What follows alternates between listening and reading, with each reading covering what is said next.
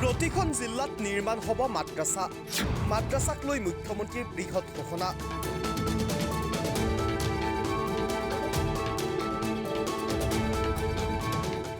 মুঠ 21খন মাদ্ৰাছা খোলাৰ সিদ্ধান্ত ৰাজ্য চৰকাৰৰ ইতিমধ্যে সকলো প্ৰস্তুতি সম্পূৰ্ণ হৈছে চৰকাৰৰ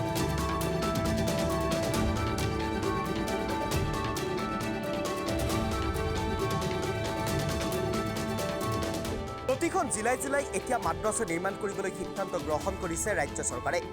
ইতিমধ্যে প্ৰস্তুতি প্ৰায় সম্পূৰ্ণ কৰি তুলিছে চৰকাৰে প্ৰায় 21খন মাদ্ৰাছা খোলাৰ সিদ্ধান্ত গ্ৰহণ কৰিছে চৰকাৰে ইতিমধ্যে এই ঘোষণা কৰিছে মুখ্যমন্ত্ৰীয়ে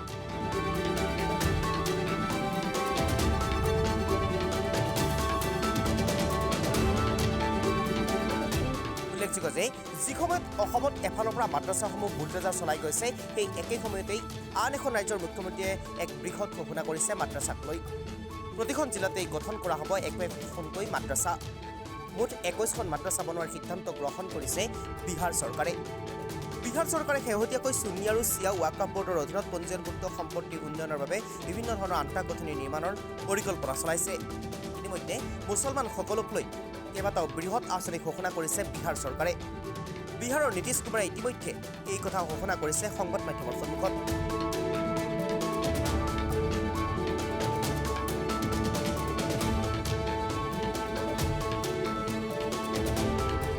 বিহাৰৰ ভিন্ন প্ৰান্তত মুঠ 21খন নতুন মাদ্ৰাছা খোলাৰ সিদ্ধান্ত গ্ৰহণ কৰিছে নীতিশ কুমাৰে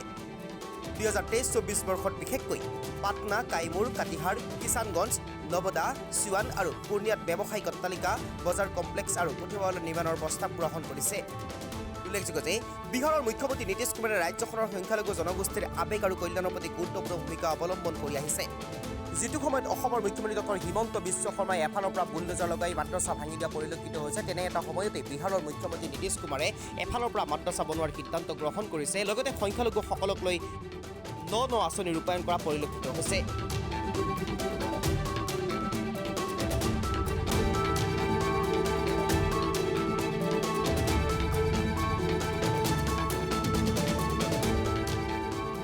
যাৰ বাবে এতিয়া চিন্তিত হৈ পৰিছে নৰেন্দ্ৰ মোদী কিংবা অমিত শ্বাহ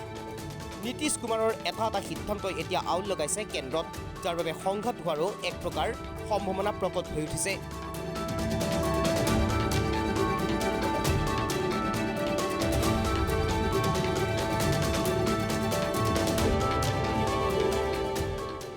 নিউজ ডেস্ক জনগণ বাৰ্তা